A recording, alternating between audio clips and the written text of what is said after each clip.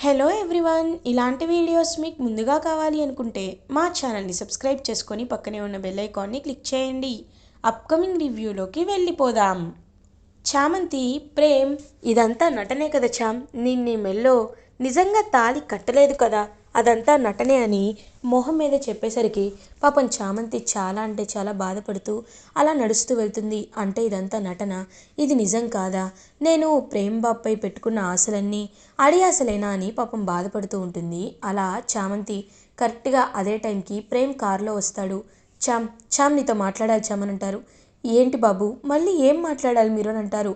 చామ్, అది కాదు చామ్, మనకు ఒక కొత్త కేసు వచ్చింది, నువ్వు ముందు రా చామ్ అని చెప్పి ఇంకా కారులో అయితే తీసుకువెళ్తారు. ప్రేమ్, చామంతి ప్రేమ్ హాస్పిటల్కి రీచ్ అవుతారు. బాబు, ఎవరికేమైంది బాబు అని అడుగుతారు. రా చామంతి చెప్తాను అని ఇంకా అలా చెప్పేసరికి లోపలికి వస్తారు. వచ్చి చూసేసరికి ఒక అమ్మాయి బెడ్ పై ఉంటుంది. ఆవిడ దగ్గరికి వెళ్తుంది. "ఆ, స్నేహ, నువ్వేంటి ఇక్కడ అని అడుగుతారు. చామంతి అని ఏడుస్తూ ఉంటుంది. ఏమైంది అని అడుగుతారు. చామంతి, నేను విక్రమ్ ప్రాణానికి ప్రాణంగా లవ్ చేసుకున్నాం.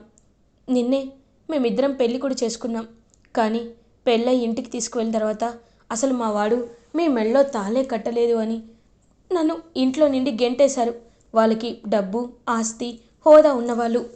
చెప్పు చామంతి, వాళ్ళు చెప్పినట్టు నా మెళ్ళో విక్రమ్ 3 ముళ్ళు వేసినా వేయనట్టే నేను ఉండాలా? పెద్దవాళ్ళ మాటలకి తల వంచి ఉన్న వాళ్ళ పొగరుని అణచకుండా నేను నా భర్తని దూరం చేసుకోవాలా? అందుకే విక్రమ్ నా భర్త లేని జీవితం నాకు వద్దు అనుకున్నాను. అందుకే చచ్చిపోవాలి అనుకున్నాను అని అంటారు. చూడు స్నేహ, నువ్వు చేస్తుంది చాలా పెద్ద తప్పు.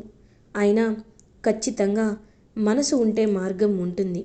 దేనికైనా చావే ముగింపు అని అనుకోకూడదు. నువ్వు బ్రతికే ఉండాలి. నువ్వు, విక్రమ్ సంతోషంగా ఉంటారు. మీ ఇద్దరిని కలిపే బాధ్యత నాది. ఈ కేస్ని నేను టేకప్ చేస్తాను. నువ్వేమీ కంగారు పడద్దు అని చామంతి వాళ్ళ ఫ్రెండ్కి అయితే మాటిస్తుంది. ఇంకా వెంటనే అలా చూస్తూ ఉంటాడనమాట ప్రేమ్. ఏంటి బాబు, నేనేమైనా తప్పు చేశానని అంటారు. లేదు చామ్, నువ్వు కరెక్ట్ నిర్ణయమే తీసుకున్నావు. ఈ కేసుని మనం రేపు వాదిద్దాం చామ్ అని ప్రేమ్ చెప్తాడు.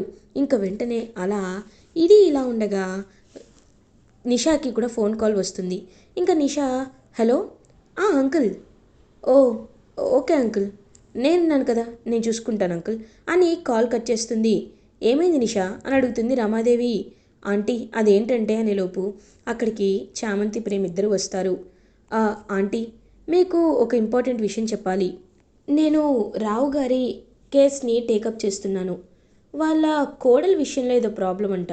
వాళ్ళ అబ్బాయి ఎంత చెప్పినా ఇష్టం లేని పెళ్లి చేసుకుని తాళి కట్టి తీసుకొచ్చాడంట. వీళ్ళేమో తను చేసుకున్న అమ్మాయిని బయటికి గెంటేశారు. కాబట్టి ఈ విషయంలో నన్ను హెల్ప్ అడుగుతున్నారు. సో అననేలోపు ఆ కేసుని మేము టేకప్ చేశాం కదా అని అంటాడు ప్రేమ్. ఒక్కసారిగా నిషా షాక్ అయిపోతుంది. రమాదేవి ఏమో, ఏంటి మీరు టేకప్ చేశారా అని అంటారు. అవునమ్మగారు, ఎవరూ లేని ఆవిడ తరపున మేమే నిలబడాలి అనుకుంటున్నాం అని అంటుంది. ఇంకా వెంటనే నిషా, ఆంటీ లేదాంటీ, అలా అవ్వకూడదు. చామంతి రేపు కోర్టుకు రాకూడదు ఆంటీ అని అంటుంది నిషా. ఇంకా వెంటనే ప్రేమేమో, ఏంటి నిషా, ఏంటి అలా కామన్ సెన్స్ లేకుండా మాట్లాడుతున్నావు? అలాంటప్పుడు నువ్వు కూడా కోర్టుకి రాకూడదు కదా, నువ్వెంతో చామంతి కూడా అంతే కదా, అలాంటప్పుడు చామంతి ఎందుకు రాకూడదు అనేసరికి, రే ప్రేమ్, నోరు మూసుకోరా, నిషా చెప్తుందే నేను చెప్తున్నాను, రేపు మీరు కోర్టు గడప ఎక్కకూడదు అని అంటుంది రమాదేవి. అమ్మగారు, ఒకసారి మా వైపు నుండి కూడా ఆలోచించండి, నేను ఇది చేసుకోలేకపోతే నా ఫీజు అనేలోపు ఇంకా అలా చామంతి చెంప పగల కొడుతుంది రమాదేవి. ఒక్కసారిగా అలా ఇంకా షాక్లో ఉండిపోతుంది పాపం చామంతి. ఏంటే ఎక్కువగా వాగుతున్నావు, తెలీదా నేను ఏం చెప్తున్నానో అర్థం కావటం లేదా? ఇంకొక్క మాట మాట్లాడావో నాలుక చీరేస్తాను, వెళ్ళు లోపలికి అని గట్టిగా ఇంకా అరుస్తుందన్నమాట. వెంటనే రమాదేవి పాపం చామంతి ఏమీ చేయలేక అలా ఉండిపోతుంది. ఇంకా వెంటనే అలా ప్రేమ అయితే చాలా బాధపడుతూ ఉంటాడు. ఇదంతా చూస్తూ చంద్రిక, చి రాక్షసుల్లారా, దుర్మార్గుల్లారా, మీకు పుట్టకథలు ఉండవు. అయినా చామంతి ఏం చేస్తానంటుంది, న్యాయమే కదా చేస్తానంటుంది, అలాంటి తన్ని ఇంతలా ఇంతలా బాధ పెడతారా, ఛీ అని మనసులో అనుకుంటూ అక్కడి నుండి వెళ్ళిపోతుంది చంద్రిక. కరెక్ట్గా అప్పుడే హర్షవర్ధన్ చంద్రిక దగ్గరికి వస్తారు. చంద్రిక, ఏమైంది అలా ఉన్నావు? అక్కడ చూస్తే ఏమో చామంతి అలా ఉంది, ప్రేమ్ కూడా చాలా అంటే చాలా డల్గా ఉన్నాడు. అసలు ఏమేం చంద్రిక అని అడుగుతారు. బాబు, మీకు చెప్పొచ్చో లేదో అర్థం కావటం లేదు బాబు అని బాధపడుతుంది చంద్రిక. నాకు చెప్పు చంద్రిక, నీకు నా దగ్గర మొహమాటమే ఉంది అని అంటారు. అంటే బాబు అనని, ఏదో కేసు అంట బాబు, అది నాకు కూడా సరిగ్గా తెలీదు. మీరు ఒకసారి ప్రేమ్ బాబుని అడగండి. కానీ రేపైతే కోర్టుకు వెళ్ళాలంట. చామంతికి అప్పుడే ఫీజులో సగం డిస్కౌంట్ వస్తుందంట. రమాదేవి అమ్మగారేమో తన్ని వెళ్ళొద్దు అంటుంది. ఏం చేయాలో కూడా అర్థం కావటం లేదు బాబు అని అంటుంది చంద్రిక. ఏంటి, రమాదేవి వెళ్ళొద్దనిందా? అయినా చామంతి భవిష్యత్తుని డిసైడ్ చేయడానికి రమాదేవి ఎవరు? అయినా నేనున్నాను కదా, నేను చూసుకుంటాను అని హర్షవర్ధన్ గట్టిగా చెప్తారు. ఇది ఇలా ఉండగా మార్నింగ్ అవుతుంది. చామంతి ప్రేమ్ ఇద్దరు ఇంక పాపం అలా హాల్లోకి వచ్చి, చామంతి ఏమో వర్క్ చేసుకుంటూ హర్షవర్ధన్కి కాఫీ ఇస్తుంది. ప్రేమ్ ఏమో అలా ఇంకా సూట్ వేసుకొని బిజినెస్ కోసం షాప్కి వెళ్ళడానికి బయలుదేరుతారు. రే ప్రేమ్, ఎక్కడికి వెళ్తున్నావురా అని అడుగుతారు. నాన్న, షాప్కి నాన్న అని అంటారు. ఇటువైపు చామంతి ఏమో, ఏమ్మా నీకు ఏమీ అనిపించడం లేదా అని అడుగుతారు. అయ్యగారు అని అంటుంది. నాకు అంతా తెలుసమ్మా, నువ్వు ఇవాళ కోర్టుకు వెళ్ళాలి కదా, 10 o'clock కల్లా కోర్టు ఓపెన్ చేస్తారు కదా, వెళ్ళండి అమ్మా, ఇద్దరు కలిసి కోర్టుకు వెళ్ళండి. ఆ ఆడపిల్ల జీవితాన్ని నాశనం అవ్వకుండా కాపాడినమ్మా అని అంటారు. హర్ష, ఏం మాట్లాడుతున్నావు హర్ష అని అంటారు. రమా, ఇప్పటి వరకు నేను చాలా ఓపికతో మాట్లాడాను. ఇంకా ఇంకా నా ఓపికకి పరీక్ష పెట్టద్దు రమా. అయినా చామంతి భవిష్యత్తుని డిసైడ్ చేయడానికి నువ్వెవరు? చామంతికి నీ చేతులతో ఒక్క రూపాయి అయినా ఫీజు కట్టావా? చిత్రావతి అమ్మగారి దగ్గర చామంతిని నేనే చూసుకుంటానని ప్రగల్భాలుగా పలికావు కదా, అలాంటిది చామంతి ఫీజు నువ్వు ఒక్కరోజైనా కట్టావా? లేదు. తనే మూట్ కోర్టులో కేసు వాదించి స్కాలర్షిప్ సంపాదించి తన ఫీజు తనే కట్టుకుంది. ఇప్పుడు కూడా ఒక కేసు వస్తే తనకి ఇంటర్న్షిప్లో 50% మార్క్స్ యాడ్ అవుతాయనే ఇదంతా చేస్తుంది. అలాంటప్పుడు చామంతిని ఎంకరేజ్ చేయాల్సింది పోయి ఇంకా ఇంకా డిస్కరేజ్ చేయాలనుకుంటున్నావు. అసలు నువ్వు మనిషిలాగే ఆలోచిస్తున్నావా రమా అని అడుగుతారు. హర్ష, నువ్వు ఎన్నైనా చెప్పు, నేను మాత్రం దీన్ని కోర్టుకి పంపించను అని అంటారు. ఏ, పంపిస్తే నీ ఆస్తులు ఏమైనా కరిగిపోతాయా? అయినా డెసిషన్ తీసుకోవడానికి నువ్వెవరు? నేను చెప్తున్నాను. చామంతి, నువ్వు ప్రేమ్ కలిసి కోర్టుకు వెళ్ళండి అమ్మా. All the best for your future. ఖచ్చితంగా నువ్వు ఈ కేసు గెలుస్తావు. స్కాలర్షిప్ని మళ్ళీ సంపాదించి 50% మార్క్స్ని యాడ్ చేయించుకుంటావు. ఇది హర్షవర్ధన్గా నేను నీకు చెప్తున్నాను. బయలుదేరమ్మా, ఎవ్వరికి భయపడాల్సిన అవసరం లేదు. రే ప్రేమ్, వెళ్ళండ్రా అని ఇంక ప్రేమ్ చామంతి ఇద్దరిని దగ్గరుండి పంపిస్తారు హర్షవర్ధన్. ఇంకలా చామంతి ప్రేమ్ ఇద్దరు కలిసి అయితే కోర్ట్కి రీచ్ అవుతారు.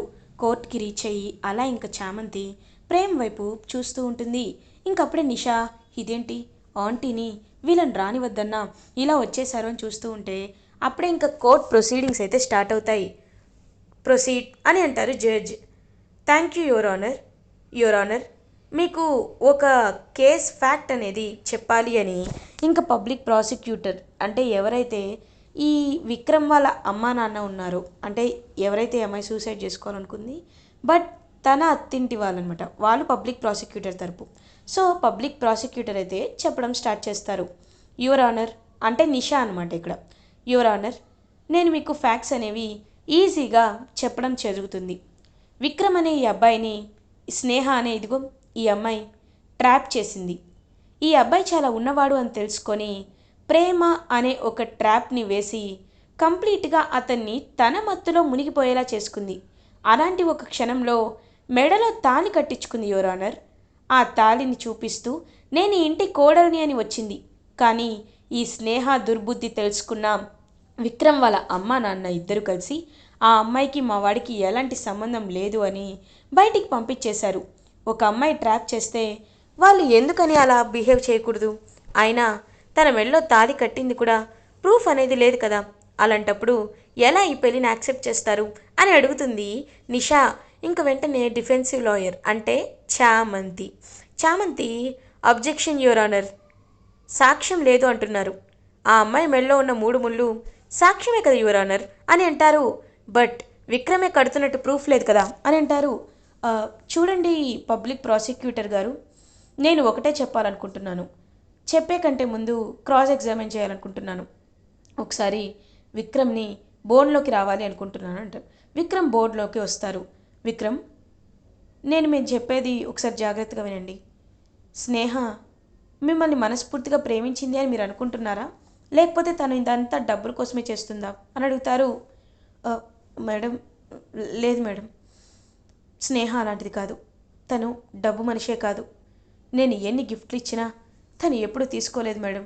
తీసుకుంటే ఎక్కడ తన ఆత్మాభిమానం దెబ్బతింటుందో అని ఎప్పుడు గిఫ్ట్లు వద్దనేది, ప్రేమని మాత్రమే అడిగేది. తను తను చాలా మంచిది మేడం.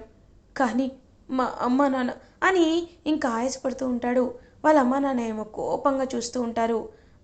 రావు గారు, ఇప్పుడు మీరు బోన్లోకి రండి. అయినా మీ ప్రాబ్లం ఏంటండి? మీ అబ్బాయి ఒక ఉన్న అమ్మాయిని పెళ్లి చేసుకున్నాడు అని అనుకోండి, అప్పుడు ఇలాగే బిహేవ్ చేసేవాళ్ళ అని అంటారు. ఉన్నా లేని కాదమ్మా, ఆ స్నేహ మంచి అమ్మాయి కాదు.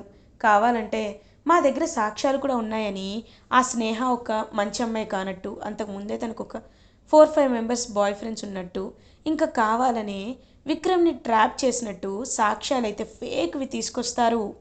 ఇంకా జడ్జ్ అవి చూసి ఒక్కసారిగా షాక్ అయిపోతారు. వెంటనే చామంతి కూడా వాటిని చూస్తుంది. యువర్ ఆనర్, వీళ్ళు ఈ కేసుని తప్పుదోవ పట్టించడానికి ఎంతలా ప్రయత్నిస్తున్నారంటే, ఒకసారి ఫొటోస్ని మీరు కార్నర్లో బాటంలో రైట్ సైడ్ కార్నర్లో చూడండి. ఇక్కడ ఏఐ అని క్లియర్గా ఉంది. ఇవన్నీ AI generated photos your honour. వీటిని తీసుకొచ్చి రియల్ ఫొటోస్ అంటున్నారు. ఇక్కడ వీళ్ళు ఎలాంటి వాళ్ళో అర్థమవుతుంది. అయినా ఒక అమ్మాయి అబ్బాయి ఇద్దరు మనస్ఫూర్తిగా ప్రేమించుకొని వాళ్ళు మేజర్స్ అయ్యి వాళ్ళు ఖచ్చితంగా అబ్బాయి అమ్మాయి మెడలో 3 ముళ్ళు వేసి తాళి కడితే అది సమాజం దృష్టిలో పెళ్ళే అవుతుంది. వాళ్ళ దృష్టిలో కూడా పెళ్ళే అవుతుంది. దానికి అమ్మ నాన్నల అంగీకారం అక్కర్లేదు యువర్ ఆనర్ అని చెప్పి ఒక్కసారిగా ఆగిపోతుంది చామంతి. ఎందుకంటే తన విషయంలో కూడా అదే జరిగింది కాబట్టి. ఇంకా అలా చామంతి చూస్తూ ఉంటే ప్రేమ్ అలా చామంతి వైపు చూస్తూ హ్యాపీగా ఫీల్ అవుతాడు. ఇంకా అలా చామంతి మాటలకి జడ్జ్ కూడా ఇంప్రెస్ అవుతారు. Yes, you are right. Vikram, నువ్వు మనస్ఫూర్తిగా తన్ని ప్రేమిస్తున్నావా అని అడుగుతారు. అవును సార్, నేను ప్రేమిస్తున్నాను అంటారు. అమ్మ స్నేహ, నువ్వు అతన్ని మనస్ఫూర్తిగా ప్రేమిస్తున్నావా? ఎస్, ప్రేమిస్తున్నారు. కాబట్టి ఇద్దరు వెళ్ళి బ్రతకండి. ఇద్దరికి పెళ్ళైపోయింది. అండ్ అది మాత్రమే కాదు, మీ పెళ్ళిని రిజిస్టర్ చేసుకోండి, మ్యారేజ్ సర్టిఫికేట్ని తెచ్చుకోండి. మీ అమ్మా నాన్నలకి మిమ్మల్ని అనే ఏ రైట్ కూడా లేదు. కాబట్టి పోలీస్ ప్రొటెక్షన్ మీకు ఉంటుంది. వీళ్ళు ఏది చేసినా వీళ్ళపై కేస్ అనేది ఫైల్ చేయాలని నేను మనస్ఫూర్తిగా చెప్తున్నాను, పోలీసులకి ఆర్డర్ ఇస్తున్నాను అని ఇంకా చామంతిని గెలిపిస్తారనమాట జడ్జ్ గారు అయితే. అలా జడ్జ్ అయితే తనకి అనుకూలంగా, చామంతికి అనుకూలంగా హ్యాపీగా తీర్పుని ఇచ్చి ఇంకా చామంతి విన్ అయ్యేలా చేస్తారు. అప్పుడే ఇంకా ప్రేమ్ పరిగెత్తుకుంటూ చామంతి దగ్గరికి వచ్చి, చామ్, నువ్వు కేసుని చాలా బాగా వాదించావు. నేను ఎలా అయితే వాదిస్తానో నువ్వు అంతకంటే ఇంకా బాగా వాదించావు. కానీ ఎప్పుడైనా మనం చేసేదే మనం చెప్పాలి అని అంటారు. అంత ధైర్యంగా కోర్టులో అందరి ముందు చెప్పావు, మరి ఎందుకు చామ్ అలా చేసావు అని అడుగుతారు. నేనేం చేశాను బాబు అని అంటుంది. చామ్, మెల్లో తాళి అంత పవిత్రమైంది అంటున్నావు, తాళి ఖచ్చితంగా ఉండాలి అంటున్నావు. అలాంటప్పుడు నీ మెల్లో తాళిని ఎందుకు ఎందుకు తీసిచ్చేసావు చెప్పు చామ్ అని అడుగుతాడు ప్రేమ్. ఒక్కసారిగా ఇంకా అలా షాక్లో అయితే ఉండిపోతారనమాట. ఏంటి, నేను మెడలో తాళి తీసి ఇచ్చేసానా? ఏం మాట్లాడుతున్నారు బాబు, నా మెడలో ఇదిగో తాళి ఉంది అని ఇంకా అలా ఆ తాళిని చూపిస్తుంది చామంతి. ఒక్కసారిగా ఆ తాళిని చూసి ప్రేమ్ అయితే ఎంతో హ్యాపీగా ఫీల్ అవుతాడు. బాబు, నేను ఎప్పటికీ మిమ్మల్ని వదులుకోను బాబు అని చామంతి ప్రేమ్ని హక్ చేసుకుంటుంది. ప్రేమ్ మిస్అండర్స్టాండ్ చేసుకున్నాడు అని అర్థమైంది చామంతి. అలా ఇంకా ప్రేమ్కి నిజమైన తాలిబొట్టు చూపించేసరికి ఒక్కసారిగా ఇంకా అలా షాక్లో ఉండిపోతాడనమాట ప్రేమ్.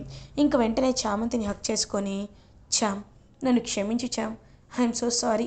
నేను నీ విషయంలో చాలా అంటే చాలా తప్పుగా బిహేవ్ చేశాను, చాలా తప్పుగా అర్థం చేసుకున్నాను, ఐఎమ్ సారీ చామని ఇంకా అలా చామంతి ప్రేమల మధ్యలో ఉన్న మిస్అండర్స్టాండింగ్స్ అన్నీ తొలగిపోతాయి. ఇలా ఎపిసోడ్ ఎండ్ అవుతుంది. ఫర్దర్ ఎపిసోడ్ రివ్యూస్ ముందుగా మీకు కావాలి అనుకుంటే మా ఛానల్ని సబ్స్క్రైబ్ చేసుకోండి. Thanks for watching.